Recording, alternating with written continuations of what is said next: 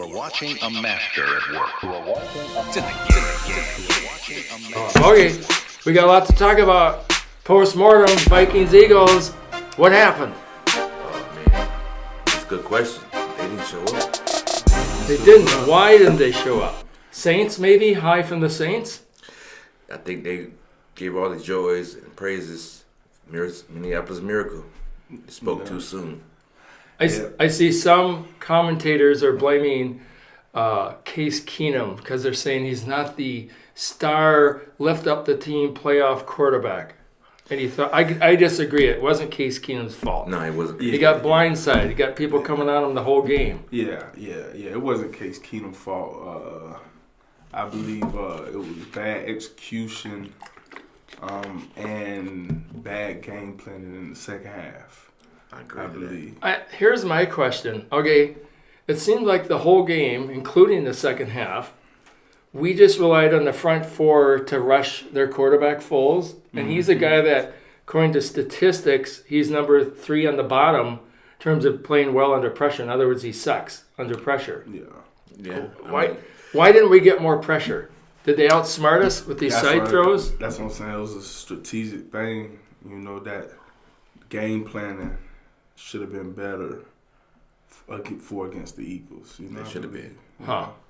And the Vikings, you know, they known for sending 5 and 6 at a time, but Yes, they is. you know, It seems like they played it safe and they got tried to play it burned. safe They played and got prevent burned. defense. yeah. Don't play to win, play to not lose, maybe a little bit. And that's what they ate them up, is playing that prevent defense. They're just picking them apart. Yeah. And the other thing too, well, 2 things in the whole pocket thing. One, we didn't put all that much pressure on Foles. They put a lot of pressure on Keenum. But is it my imagination Keenum stayed in the pocket more than he normally does? Yeah. Was that by design, or was that him saying no? I think that was more lines of the coach telling him to stay in there. Because you notice the games that Philadelphia did lose, Yeah. it was all the quarterbacks that beat them was sitting in the pocket.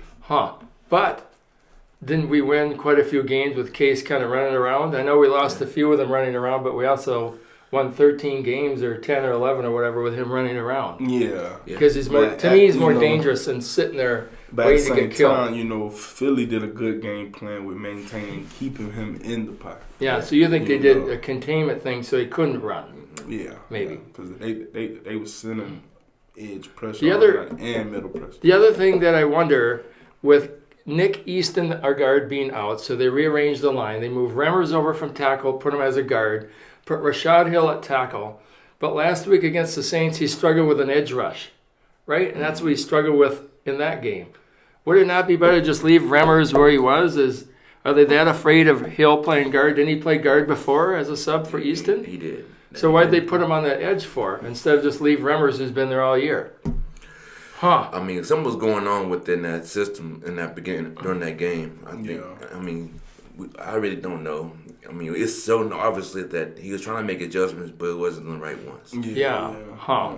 Well, this is another thing. This is one of my pet peeves about the NFL is they let coaches interview for head coaching positions during the bye week. So Shermer was interviewing for the Giants job, and everyone knows he's going to get it. He was hired Does he have yesterday. 1 foot on the game and 1 foot in New York?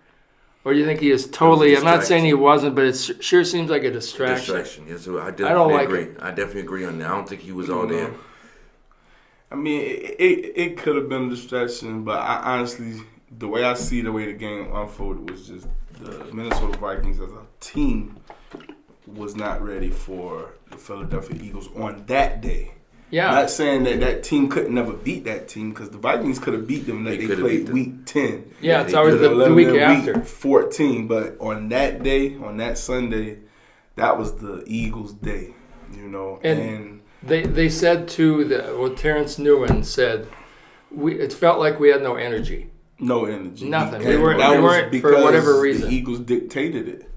The Yeah. Eagles dictated because Only the it's Eagles just- took an aggressive team and finessed them. They finessed Yeah, around. you say they faked us out on Okay. the double pumps. Yes. I mean, how many They hit them times with did a they lot get of it? misdirection. Misdirection, A yeah. lot of A lot of quick throws. The running quick backs were pretty outs. good. Yeah. Stuff like that. So you took that D line, that aggressive nature from the team, and then the fact that I believe the grass had a major deal with it too. That's what I heard Coming too. from the grass, from turf to the grass. To the grass. On turf, you can fly around, especially on defense. You know what I mean? It's so easy, and as a receiver, it's easy to run routes on turf. And it wasn't just all X's and O's, because strategic is everything.